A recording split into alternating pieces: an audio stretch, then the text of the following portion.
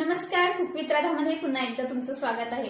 आज आपण कोणती रेसिपी नाही तर होममेड नॅचरल हेअर ऑइल बनवणार आहोत। पर्सनली माझा एक्सपिरियन्स सांगते, 3-4 महिन्यापासून माझे खूप जास्त केस गळत होते, पण मी खूप लोकांच्या सांगण्यावरून घरच्या घरी असं तेल बनवलं तर मला खूप चांगला रिझल्ट मिळालेला आहे। म्हटलं तुमच्यासोबत पण शेअर करावा।